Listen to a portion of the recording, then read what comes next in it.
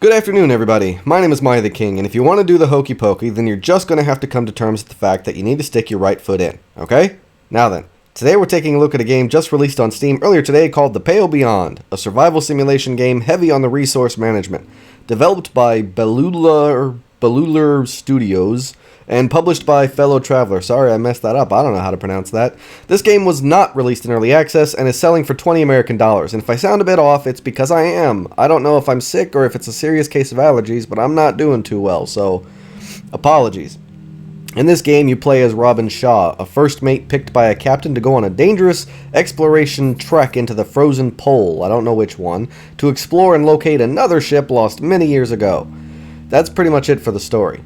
So, yeah, it's a simulation management survival game, but based on sailing and being stuck at one of the frozen poles. So, as always, I'll go into the good and the bad before giving you my final thoughts. Cool?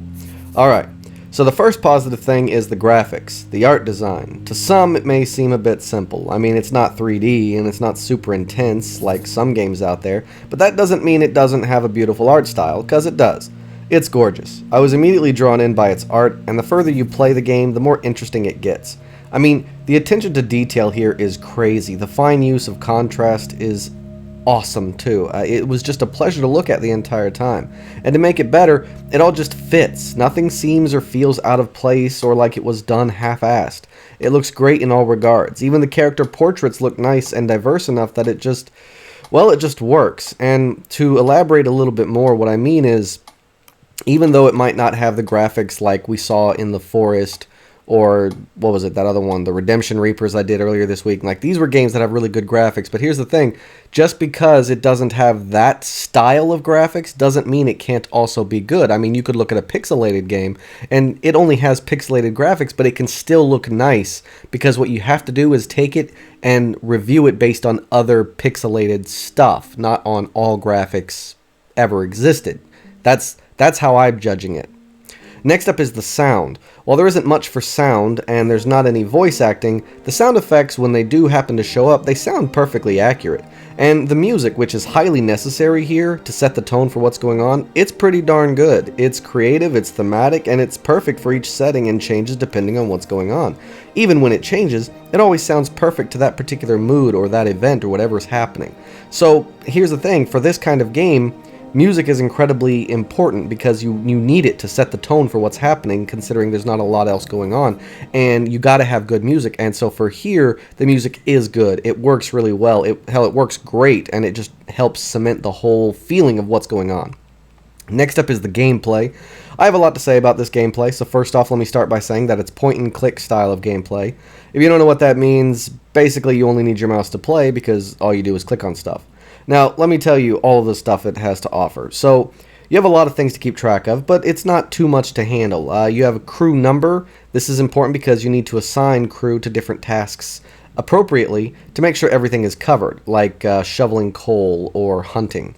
You have a fuel meter and a hunger meter. Don't let these get too low or your crew will start to starve or freeze. They have a malnourished status, which can lead to scurvy, and if not cured in a week of scurvy, they die. And you've got freezing, then frostbite, and if not cured in a week of frostbite, then they die. You also have sled dogs, who you use for scouting missions on the ice you come across, and you need to make sure you take good care of them so that you can actually scout. Can't do it without them. You can send your crew out then to scavenge for any supplies that your previous scouts might have happened to find. This will help dealing with your fuel and your hunger supplies, as the game doesn't really give you a lot, especially considering what kind of expedition this was, and I'll go into that a little bit later. But that's not all. As the first mate, you will have to help the captain and make decisions on certain requests or squabbles that your crew may end up having, or dealing with suggestions from some of your experts on board.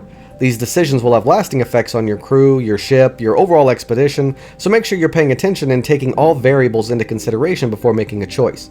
You also get to actually look around and explore the different levels of the ship and the different rooms.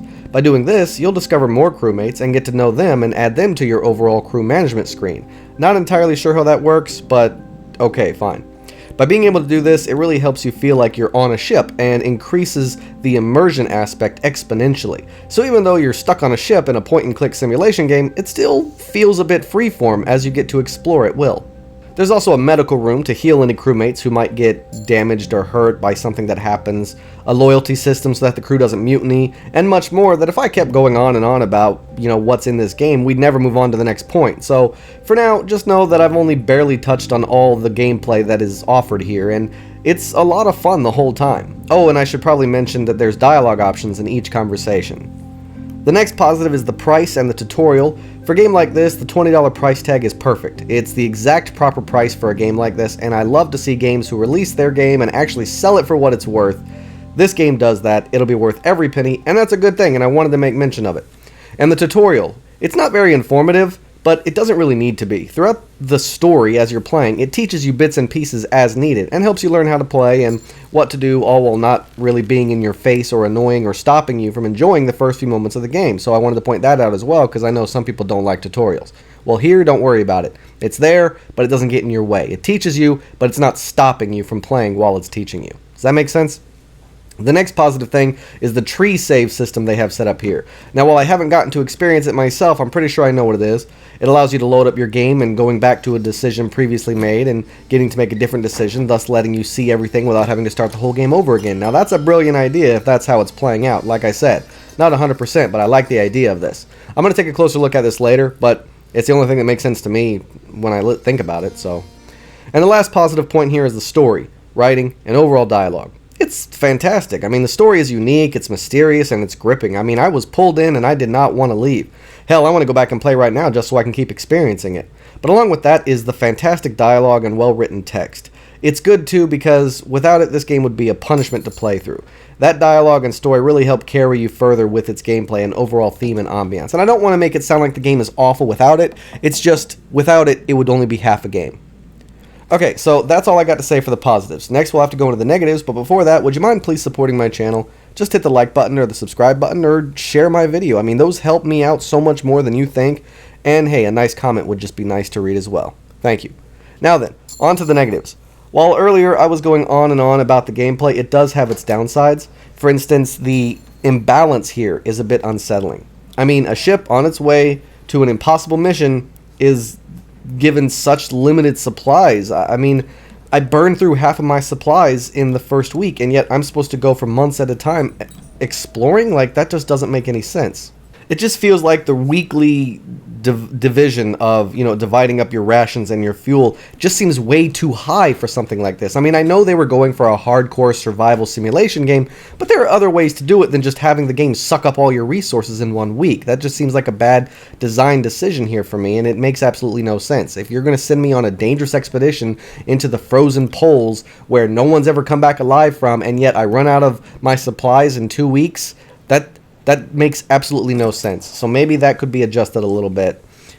Even the tutorial was well done. It feels incomplete. I still don't know about my crew, and while it says I have a certain number of crewmates, I actually have far less of them to use in situations. Now, maybe I'm not understanding something, or the UI is just not showing me what I'm looking for, but I feel like I'm missing something here, and that's what the tutorial is supposed to help me avoid. I'm not supposed to be missing something. The tutorial is supposed to be teaching me, so it feels like it could be a little bit more relevant and be giving me a little bit more information.